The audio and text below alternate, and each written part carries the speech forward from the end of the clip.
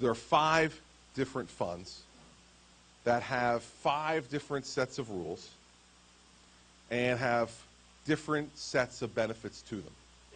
So I'm going to talk to you a little bit about the changes that we want to make to each one of those systems and how it'll affect those people and what in the end will be the result of making these kind of decisions. First, as to the public employees and the teachers with less than 25 years of service.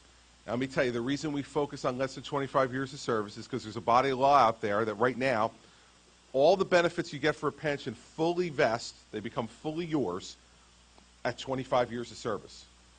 And so to change the rules of the game for anybody who's now over 25 years would be like going into their bank account and stealing money from them. We're not going to do that. We made that deal with them. They've served the time to be vested. And not only do I think it wouldn't be legally permissible, I don't think it would be ethically the right thing to do. And so people above 25 years who have already vested in their system, we're going to have to pay them what we promised to pay them. But there's significant reform and change that can happen for people less than 25 years, which is really the majority of people in the system that we can do. So when I talk about these will be, all these reforms are about people with less than 25 years of service. First, we have to bring the retirement age uniformly up to 65. It's less than that now. We need to bring it uniformly to 65. Second, right now, you can be eligible for early retirement after 25 years of service. We need to raise that to 30 years of service.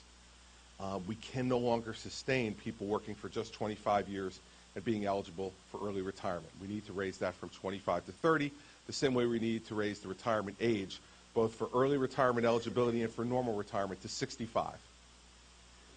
We need to adjust the early retirement penalty so that if you want to retire before the age of 65 and you have years of service in, you need to be penalized for leaving early because you stop paying into the system and you start pulling out of the system early. We propose to raise that to 3% per year for every year that you're below the retirement age of 65. And we also propose for these people, again, we're talking about the teachers and the other public employees, non-law enforcement, that we have a fairer way of calculating their benefits. Right now, their benefits are calculated based upon the 3 highest years, the 3 highest salary years. We want to extend that to 5 highest years to get a much more accurate picture. There's lots of times people look for that 3 years right at the end, try to get as big a salary as they possibly can, and I know you'll all be shocked in New Jersey to know that sometimes politics gets involved in that. We want to extend that to 5 years to make it more difficult, essentially, to game the system. People have earned it, and it's an average salary, a high salary over 5 years, fine. But if you're trying to game the system at the end, that's something that we shouldn't permit because it hurts the people who really earn these benefits. Now, we turn to law enforcement, police and fire retirement system, and the state police retirement system. Now, I've said all along, I said during the campaign, and I still believe now, that law enforcement needs to be treated slightly differently.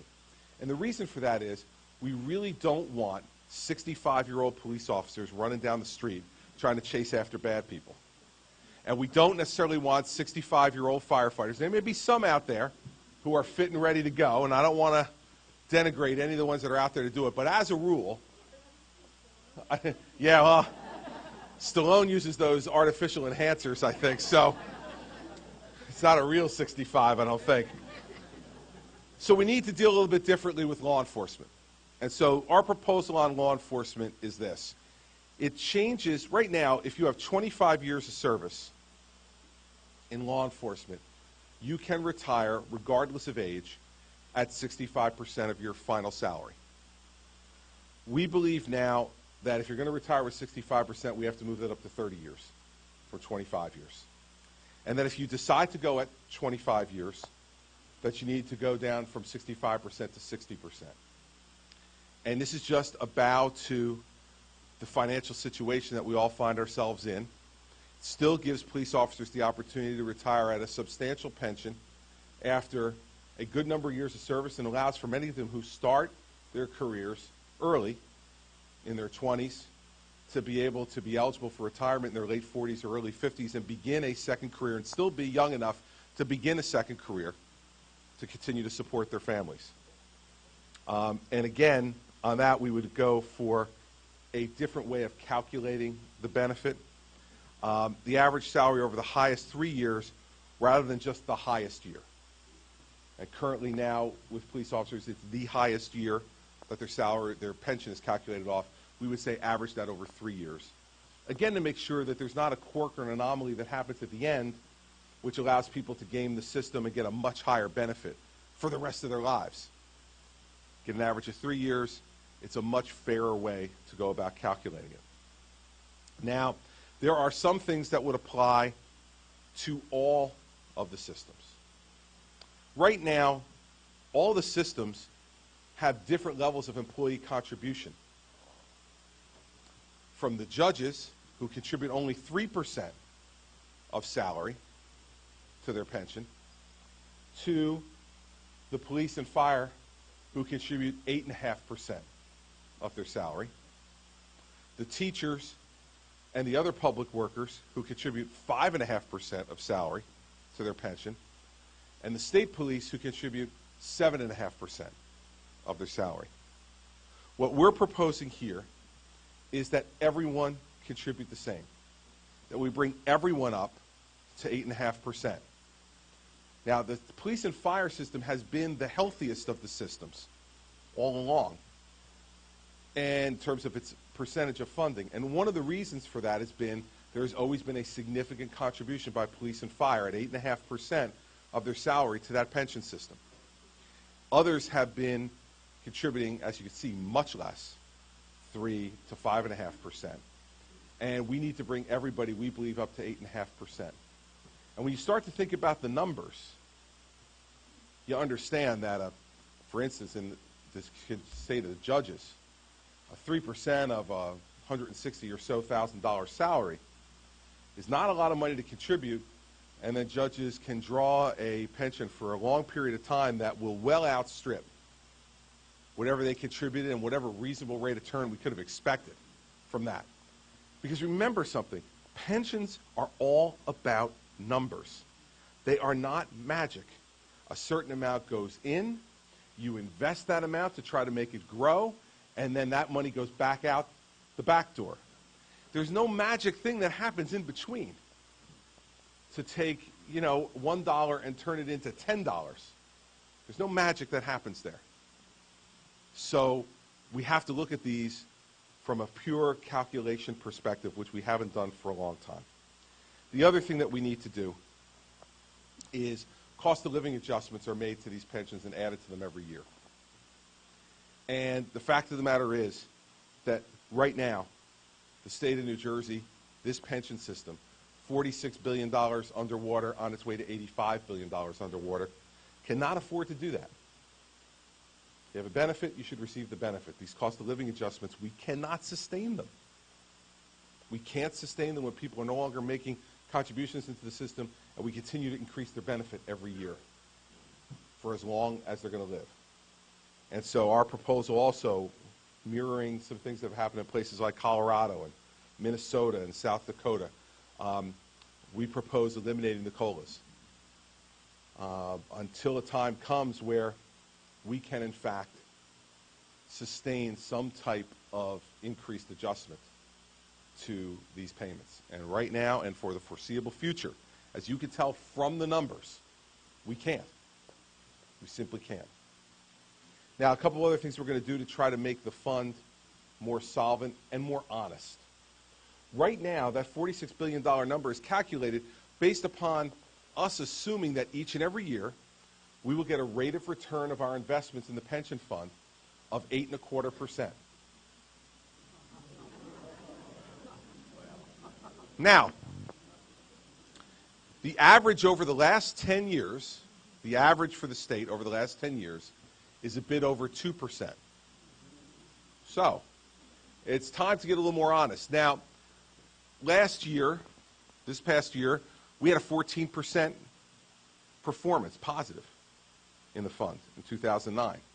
In 2008, we had a 14% loss in the fund. it will fluctuate. And so we're proposing reducing it from 8.25% to 7.5%. Now, historically, over time, we think this is a much more defensible, reachable figure over the course of when you're going to be paying these pensions out, which is, of course, 20 to 30 years of someone's retirement. And 8.25% is just too high, and what it does is it gives us a false sense of security of what we really have in the fund and what we're going to be able to sustain going forward. And we'll make a couple of other technical changes to it that in the short run will require the state to make higher payments into the pension fund, but in the long run will give us a more stable base to work off. These are also not easy things to do, and there'll be sure members of the legislature and others who won't like this because it's going to mean even more hard choices in terms of the money we have to spend in the state level if we have to put more into the pension system. But the time has come for us to be honest on both ends. If we're going to ask people in the system to make sacrifice, then the state has to be more honest with them in terms of what's really there. And it's got to work both ways. We also have to address and will address in our proposals to the legislature the really awful abuse of accidental disability in the pension system.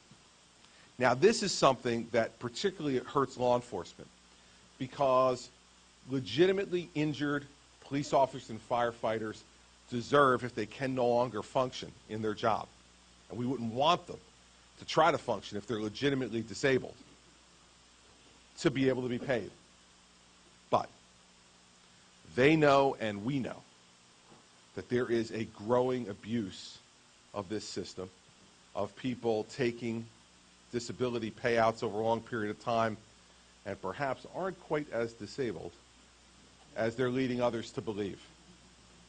So we want to make sure that we have uniform standards regarding how you can earn a disability pension and make sure that those standards are legitimate ones. And I will tell you from talking to police officers in particular that many of them are particularly concerned about this because they don't want fraud going on in their system because it drains money out of the system from the legitimate folks who are putting the money in and want that money to be there for them when they're ready to retire, or if they legitimately have a work-caused disability that would cause them not to be able to support their family as police officers any longer. So I think we'll see significant support for this among the law enforcement community who are there to uphold the law, who work every day and put themselves in harm's way for us to uphold the law and keep us safe. Those folks are less tolerant than anyone about fraud, even amongst their ranks. And some would say especially amongst the ranks, because it brings a certain amount of dishonor to everybody when you have some of those people doing that.